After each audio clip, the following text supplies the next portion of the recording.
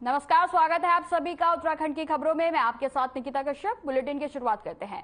उत्तराखंड के 6 जिलों में बारिश होने के साथ तेज गर्जन और झोंकेदार हवा चलने की संभावना जताई गई है, जबकि प्रदेश के कुछ पर्वतीय जिलों में हल्की बारिश और बर्फबारी के आसार हैं। हालांकि मैदानी इलाकों में मौसम शुष्क रहेगा। वहीं आपको बता दें कि मौसम विभाग ने निदेशक विक्रम सिंह ने उत्तरकाशी, रुद्रप्रयाग, बागेश्वर, पिथौरागढ़ और अल्मोड़ा के साथ पर्वतीय जिलों के कुछ इलाकों में बारिश और बर्फबारी का येलो अलर्ट भी जारी किया गया है। इन इलाकों में 30 से 40 किलोमीटर प्रति घंटे की रफ्तार से हवा भी चल सकती है। वहीं आपको बता दें कि विभाग ने इन इलाकों के लोगों को मौसम खराब होने के दौरान पक्के घरों में रहने की हिदायत दी है।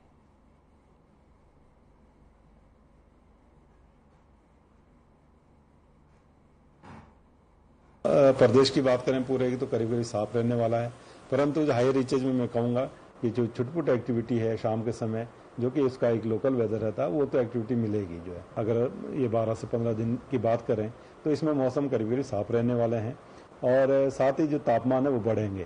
तो तीर्थयात्री उनके लिए ठीक है, समय ठीक है, उसमें वो जा सकते हैं। कोई मौसम की तरफ से कोई विशेष कुछ भी नहीं है। रुक करते हैं देहरादून से इस वक्त की आ रही बड़ी खबर का। आपको बता दें कि एमडी और एमएस कोर्स में बढ़ेगी बांड की समय सीमा। अगले साल से बढ़ेगी बांड की समय सीमा। वहीं आपको बता दें कि बांड धारकों को 3 साल तक देनी होगी सेवाएं। सरकारी मेडिकल कॉलेजों, अस्पतालों में देनी होगी सेवाएं। वहीं आपको बता दें कि प्रदेश में विशेषज्ञ डॉक्टरों के लगभग 500 से ज्यादा पद खाली हैं। तो इस वक्त की बड़ी खबर हम आपको बता रहे हैं, जो कि देहरादून से सामने आ रही है। आपको बता दें कि एमडी और एमएस कोर्स में बढ़ेगी बांड की समय सीमा। अगले साल से बढ़ेगी बांड की समय सीमा। वहीं आपको बता दें कि बांड धारकों को 3 साल तक देनी होगी सेवाएं। सरकारी मेडिकल कॉलेजेस में, स्कूलों में, अस्पतालों में देनी होंगी सेवाएं। वहीं आपको बता दें कि प्रदेश के विशेषज्ञ डॉक्टरों के लगभग 500 से ज्यादा पद खाली हैं। तो इस वक्त की बड़ी खबर हम आपको बता रहे हैं, जो कि देहरादून से सामने आ रही है। आपको बता दें कि एमडी और एमएस कोर्स में बढ़ेगी बांड की समय सीमा।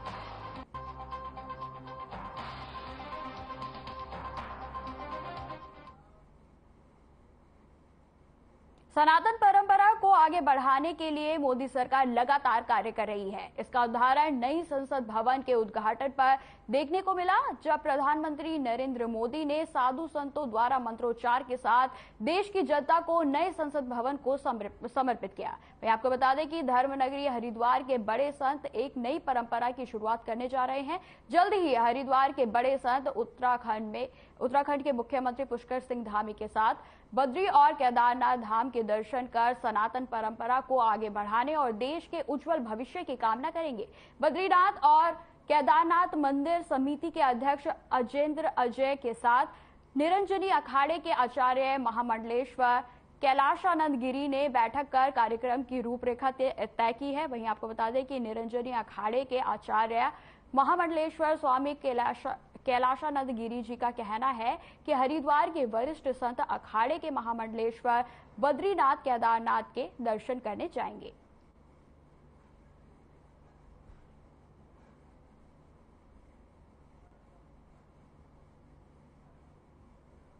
पूज्य महामंडलेश्वर कैलाशानंद जी महाराज ने सूचित किया है, अवगत कराया हमको कि जो हमारे देश के बड़े संत हैं, महामंडलेश्वर हैं, आचार्य हैं, वो लोग केदारनाथ जी और बद्रीनाथ जी की यात्रा करना चाहते हैं। तो निस्संदेह यह एक स्वागत योग्य कदम है और पहल भी है। और एक संयुक्त रूप से जब इतने साधु संतों का समागम साथ में होगा तो एक देश के लिए भी, प्रदेश के लिए भी एक सुखद संदेश इससे जाएगा। हरिद्वार के जितने भी वरिष्ठ महात्मा हैं, महामंडलेश्वर, मंडलेश्वर और हमारे जो बड़े स्थान के सभी मठाधिपति हैं, तो सब लोग साथ में केदारनाथ बद्रीनाथ दर्शन करेंगे। और कौन से दिन, कौन सी तारीख, कौन सा समय उचित रहेगा, तो उस दिन हम सभी महात्मा जा करके केदारनाथ भगवान का और बद्रीनाथ भगवान का दर्शन, पूजन, अभिषेक करेंगे। हमारा है कि हम जब सभी महात्मा चल रहे हैं तो सीएम साहब से भी बात करेंगे आज, और हम चाहेंगे कि सीएम साहब हमारे बहुत प्रिय हैं, सब महात्माओं के प्रति उनका स्नेह है। सीएम साहब भी सब महात्माओं के साथ दोनों धाम का दर्शन करें और नित्य केदारनाथ भगवान का अभिषेक करें प्रातःकाल। आएगा, देश को एक संदेश जाएगा कि भारत के सभी साधु जो हैं वो एक हैं। उत्तराखंड के पूर्व मुख्यमंत्री हरीश रावत ने आज कुछ खिलाड़ियों और पहलवानों के साथ हरिद्वार में गंगा से प्रार्थना की। आपको बता दें कि जिसके लिए पूर्व सीएम हरीश रावत खिलाड़ियों के साथ हरिद्वार में वीआईपी घाट पर पहुंचे, जहां उन्होंने खिलाड़ियों के साथ एक पत्र के माध्यम से गंगा मां से प्रार्थना करी है। आपको बता दें कि खिलाड़ियों की व्यथा को देश के पीएम और सत्ता सुनकर उन्हें न्याय प्रदान करे। इस प्रार्थना के साथ हरीश रावत द्वारा एक पत्र गंगा जी को समर्पित किया गया और केंद्र सरकार से इस मामले में सख्त कार्रवाई करने की मांग की गई।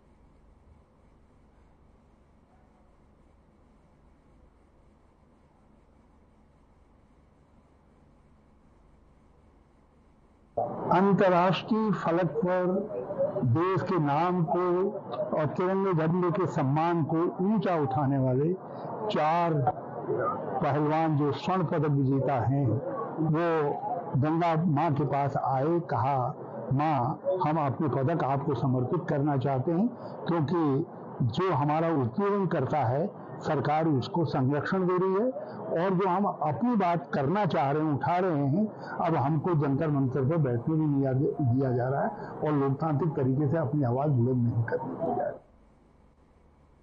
देहरादून से इस वक्त की आ रही बड़ी खबर का रुख करते हैं। आपको बता दें कि नवंबर-दिसंबर में होगी ग्लोबल इन्वेस्टर समिट।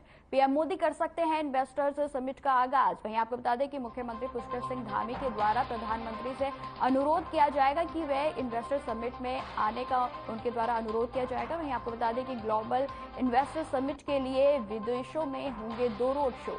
देश के विभिन्न शहरों में 6 रोड शो की तैयारियां शुरू हो चुकी हैं। वहीं आपको बता दें कि मसूरी और रामनगर में होगा मिनी कॉन्क्लेव। तो इस वक्त की बड़ी खबर हम आपको बता रहे हैं, जो कि देहरादून से सामने आ रही है। नवंबर और दिसंबर के महीने में ग्लोबल इन्वेस्टर समिट होगी और जिसमें पीएम मोदी कर सकते हैं इन्वेस्टर समिट का आगाज। वहीं आपको बता दें कि मुख्यमंत्री पुष्कर सिंह धामी के द्वारा पीएम मोदी से इस इन्वेस्टर समिट का आगाज करने का अनुरोध किया जाएगा।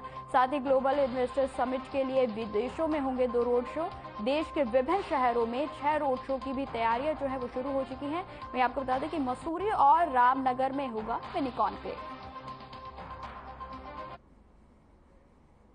लोकसभा चुनाव से पहले नेताओं को अपने गांव की याद सताने लगी है। आपको बता दें कि लोकसभा सांसद क्षेत्र दौरे पर हैं। वहीं हरिद्वार सांसद उत्तराखंड के पूर्व मुख्यमंत्री और पूर्व केंद्रीय मंत्री रमेश पोखरियाल निशंक भी इन दिनों पौड़ी में अपने पैतृक गांव पिनानी में है। आपको बता दें कि निशंक गांव पहुंचकर अपने बचपन के दिनों को याद कर रहे हैं। इससे पहले निशंक कोरोना काल में भी अपने पैतृक गांव पिनानी पहुंचे थे। निशंक ने बताया कि गांव के प्रति उनका लगाव हमेशा से रहा है, इसलिए जब भी उन्हें समय मिलता है तो वह अपने गांव पहुंच जाते हैं।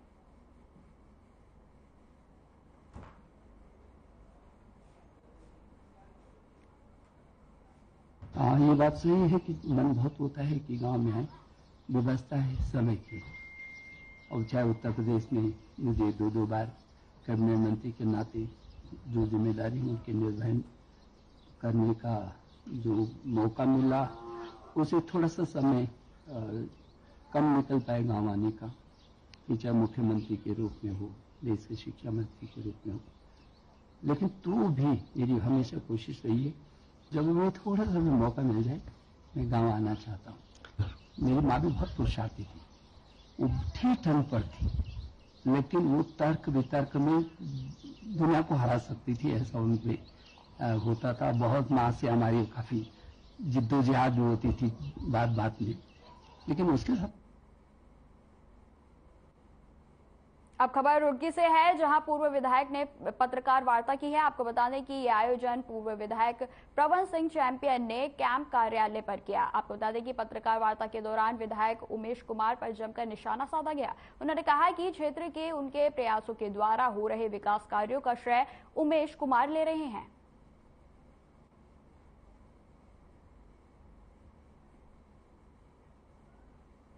देखिए, मेरे जो सम्मानित पत्रकार बंधु हैं, उनके माध्यम से आज मैंने अपना कर्तव्य समझा कि जनता की आंख में जो हमारे छोटे भाई विधायक खानपुर उमेश कुमार जी धूल झोंक रहे हैं, उन्होंने तो पत्रकारों को भी नहीं बख्शा, उनकी आंखों में धूल झोंक डाली। उनका पर्दाफाश करूं, सच को मैं लाऊं और झूठ का पर्दाफाश करूं। देखिए, अभी हाल फिलहाल का एग्जाम्पल है, 4 दिन पहले उमेश कुमार ने अपनी फेसबुक पे लिखा कि मिलापनगर मोहनपुरा का जो जल निकासी योजना जिसमें बिजौली तक नाला बनाया जाएगा वो मैंने करा दिया। अरे भाई, तुम तो पैदा भी नहीं हुए थे एज अ विधायक।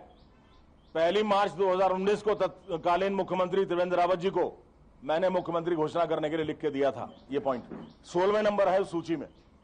और 8 मार्च 2019 को आदरणीय मुख्यमंत्री जी लक्सर आए थे, उन्होंने इसके अपने मुखारबिंद से घोषणा भी की थी। जनपद टिहरी गढ़वाल के थाना देवप्रयाग क्षेत्र अंतर्गत 3 धारा के पास एक ट्रक और बोलेरो कार की जबरदस्त भिड़ंत हो गई। आपको बता दें, घटना में बोलेरो कार सवार 6 लोगों को घायल अवस्था में देवप्रयाग अस्पताल पहुंचाया गया, जहां 2 युवकों को डॉक्टर ने जांच के बाद मृत घोषित कर दिया। वहीं आपको बता दें कि पुलिस ने शव को कब्जे में लेकर पोस्टमार्टम के लिए भेज दिया है। थाने में इंस्पेक्टर देवराज शर्मा ने बताया कि घटना किस वजह से हुई है, इसकी अभी जांच चल रही है।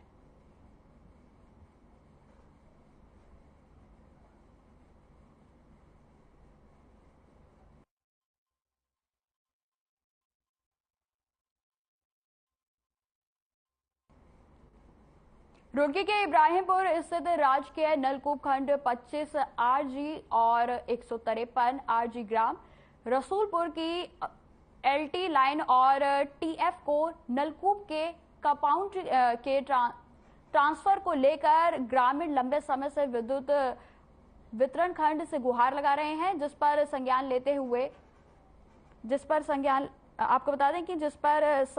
लेते हुए खंड के एसडीओ वीरेंद्र सिंह बीस्ट ने साइड निरीक्षण कर जल्द ही लाइन को ट्रांसफर की बात कही है। साथ ही आपको बता दें कि ग्राम इब्राहिमपुर स्थित नलकूप खंड संख्या 25 आरजी की अल्टी लाइन लगभग 350 मीटर लंबी है और काफी पुरानी और जर्जर होने के कारण बार बार टूट जाती है।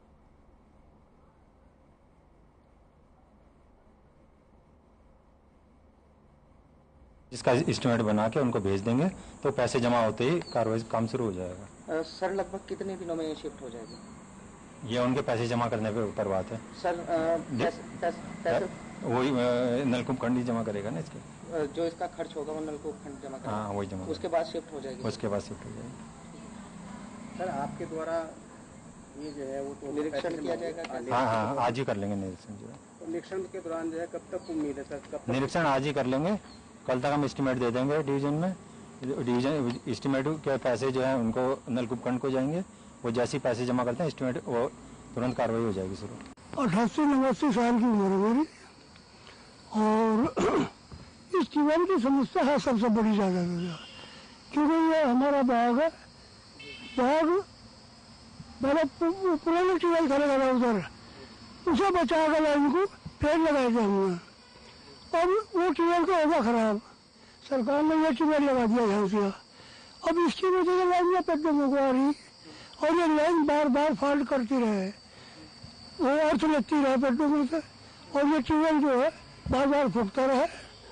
अब हम ये चाहते हैं कि हमारी लाइन जैसा बन का हो, कोई खंभा नहीं गाड़ना, सिर्फ तार की खिंचाई है।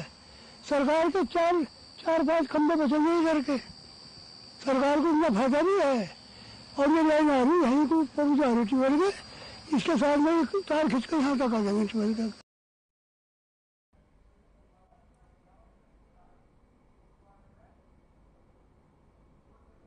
जोड़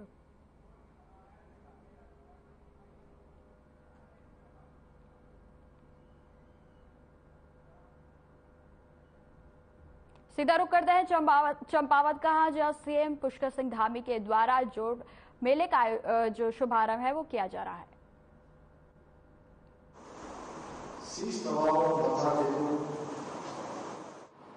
और आज ये शुभ दिन आया और मैं अपने आप को धन्य महसूस करता हूँ, मैं धन्य समझता हूँ कि मैं ऐसे पूज्य स्थान पर आप सबके बीच में आया हूँ।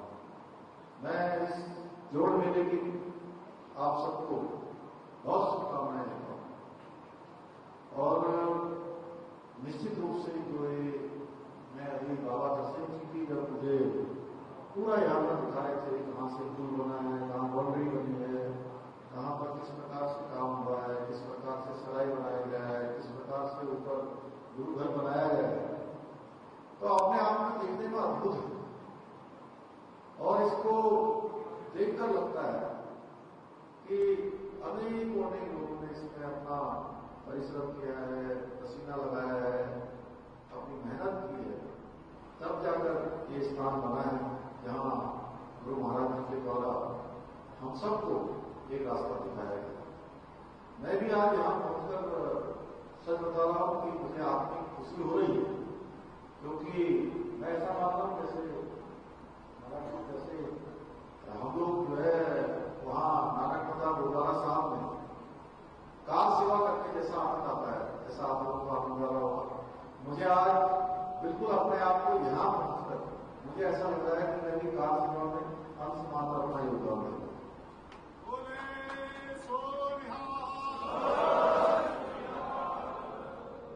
भाइयों बहनों के स्नान बहुत ही शुभ स्नान है, हम सब इसको जानते हैं। 1501 में गुरु नानक जी का यहाँ पर पदार्पण हुआ, जिस प्रकार से उन्होंने इस क्षेत्र में काम किया, उसी से हम सबको शिक्षा मिलती है, संदेश भी मिलता है और कहीं न कहीं जीवन में आगे बढ़ने की प्रेरणा मिलती है। देखिए, इस क्षेत्र से बहुत सारा जो ज्ञान है, बहुत सारा संदेश है, वो हम सबको प्राप्त होता रहा है। इसीलिए अभी मैं बाबा जी से पूछ रहा था कितने लोग यहाँ पहुंचे, तो उन्होंने बताया कि प्रत्येक दिन हजारों हजार की संख्या में पूरे भारत से, देश दुनिया से लोग यहाँ पर आते हैं। कोई साइकिल से आता है, कोई मोटरसाइकिल से आता है, कोई गाड़ी से आता है, कोई ट्रकों में आता है, लेकिन श्रद्धा का जो एक सैलाब है, ये जो गुरु घर का आकर्षण है या गुरु घर का जो एक मैं कहूं कि यहाँ पे कितनी श्रद्धा है, वो श्रद्धा हम सबको खींच कर ले जाती है। और यहां से जो हमको मिलता है वो भले ही प्रत्यक्ष रूप से तो दिखाई देता हो, लेकिन हमारे अंदर ऊर्जा का, उत्साह का और उमंग का एक स्रोत जो यहाँ पर है, उस स्रोत से हमको इतनी ऊर्जा मिलती है कि हम यहां से जाकर अपने जो भी काम हम करते हैं, सब कामों में जो है पूरी तन्मयता के साथ करते हैं, पूरी ऊर्जा के साथ करते हैं। यही गुरु धर्म का आशीर्वाद है। सबसे बड़ा आशीर्वाद हमारे लिए यही है कि गुरु घर में आकर हम कहीं भी थोड़ा भी लाइन से इधर उधर हो रहे हो तो गुरु घर से हमको ऐसी सीख मिलती है, ऐसी प्रेरणा मिलती है कि हम अपने कर्तव्य पथ पर सीधे आगे बढ़ते हैं। और कहीं पर अगर हमारे अंदर थोड़ी ऊर्जा कम हो रही हो तो ऊर्जा गुरु महाराज की कृपा से पूरी तरह से भर जाए। यह है गुरु घर का असली प्रसाद। भाई बहनों, आज देश के अंदर अनेकों स्थान ऐसे हैं जिनके बारे में कोई जानता नहीं था, जानता था तो कोई काम नहीं करता था, लेकिन आज हमारे देश के यशस्वी प्रधानमंत्री नरेंद्र मोदी जी के नेतृत्व में सभी स्थानों का विकास हुआ। इसीलिए हम लोगों ने भी ये संकल्प लिया है, जैसे मोदी जी ने करतार कॉरिडोर का जो करतार कॉरिडोर जो बनाया वो हम सब जानते हैं, आप जानते हैं, हम सब लोग देश का इतिहास जानते हैं। देश के अंदर वो इतिहास बनाया गया जो इतिहास वास्तव में ऐसे लोगों का इतिहास था जिन्होंने यातनाएं की, जिन्होंने लोगों का उत्पीड़न किया, लोगों को पूर्णतापूर्वक उनका दमन किया और लोगों को इस्लाम कबूल करने के लिए कभी जल्दी ही भट्टियों में डाल दिया, तेल की खोती हुई कढ़ाई में डाल दिया, आगे से उनको छीनने का काम किया, सर उखाड़ने का काम किया। मैं और अभी आदमी राज्यपाल महोदय हेमकुंड साहब की यात्रा प्रारंभ करने के दिवस पर ऋषिकेश, अगर आप सब लोग वहां ऋषिकेश जाएंगे तो वहां पर जो एक म्यूजियम बनाया गया है, जो एक स्मृति घर बनाया गया है, उसके अंदर आप जाकर देखेंगे तो किस प्रकार से यातनाएं की गई। ये सिख जो कौम है, सिख जो धर्म है, ये जो सिख पंथ है, इसको जो है कितनी यातनाएं दी गई, कितना कठिन समय था वो, किस किस प्रकार से उनको उत्पीड़न किया गया, निर्दयतापूर्वक किस प्रकार उनके साथ व्यवहार किया गया। अगर हम उसके अंदर जाते हैं तो प्रतिशत बताऊं तो रोंगटे खड़े हो जाते हैं, रोंगटे खड़े हो जाते हैं कि आखिर ऐसा कैसे हो सकता है कि मनुष्य कैसे इतना निर्दयी हो सकता है। लेकिन निर्दयता की सारी हदें वहां पर पार करी हुई हमको दिखाई देती है। आप सबके अगर वहां ऋषिकेश जाए तो जहां से हेमकुंड साहब की जिस गुरु घर से यात्रा का प्रारंभ होता है उसको जरूर देखते जाइए, तो आपको एहसास होगा कि एक कालखंड वो था। ये ऐसे ही नहीं गुरु गोविंद सिंह जी ने सिख पंथ की, खालसा पंथ की स्थापना करी, जिसके कारण से उन्होंने सब लोगों के एक सुरक्षा का भाव आए, सबके अंदर एक शक्ति का संचय हो, क्योंकि अगर शक्ति रहेगी, ताकत रहेगी और बल रहेगा तो धर्म भी उससे सुरक्षित रहेगा। इसीलिए उन्होंने कहा था 1.25 लाख से एक बढ़ाओ, चिड़िया से निवास बनाओ, गुरु गोविंद सिंह ने नाम कहा। भाइयों बहनों, चाहे आज प्रकाश कॉरिडोर की बात हो या गुरु गोविंद सिंह जी के सहायक बाबा जोरावर सिंह और बाबा फतेह सिंह, दोनों को किस प्रकार से दीवारों को चुप दिया गया, ये हमारे इतिहास को भी पढ़ाया गया। ये गांव भी देश दुनिया को, अगर हम सब जानते हैं, जो लोग गुरु घर से जुड़े हैं, जो लोग संगत में आते हैं, जो लोग ऐसे मेलों में आते हैं, या जो लोग गुरु ग्रंथ साहब सुनते हैं या गुरुवाणी सुनते हैं, वो जानते हैं। लेकिन पूरी दुनिया को इस बात का पता करवाने का काम, इस बात को बताने का काम अगर किसी ने किया कि 26 दिसंबर को गुरु गोविंद सिंह जी के दोनों शहजादे जोरावर सिंह और फतेह सिंह, बाबा फतेह सिंह जी के नाम से पूरे हिंदुस्तान के अंदर वीर बाल दिवस मनाया जाने का काम अगर किसी ने किया तो प्रधानमंत्री ने।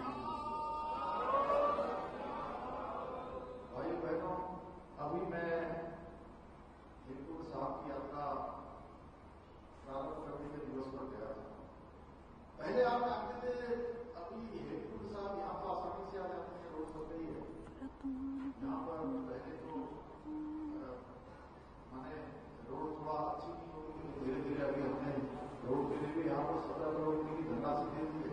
टाटा सुविधा मीनार रोड है जो यहाँ तक आएगी हमारे मीठा साहब तक, उसके लिए 17 करोड़ की धनराशि स्वीकृत कर दी। लेकिन हेमकुंड साहब जाने के लिए वह यात्रा तो बहुत ही कठिन है, और जो बुजुर्ग लोग हैं या अस्वस्थ लोग, उनके लिए तो यात्रा बहुत कठिन है, और उसमें 3 दिन 4 दिन लग जाते हैं। वो यात्रा के आने वाले सालों में जो आजाद भारत के इतिहास में आजादी के 75 साल पूरे हो गए, किसी ने नहीं सोचा कि वहां जाने वाले लोगों की सुविधा होनी चाहिए। वहां की यात्रा भी आने वाले सालों में कुछ ही घंटों में पूरी हो जाएगी। यानी कि हेमकुंड साहब जाने के लिए गोविंद घाट से लेकर हेमकुंड साहब तक का रोपवे, इसी के साथ इस बुलेटिन में इतना ही। खबरों की और भी जानकारी के लिए बने रहे हमारे साथ। नमस्कार।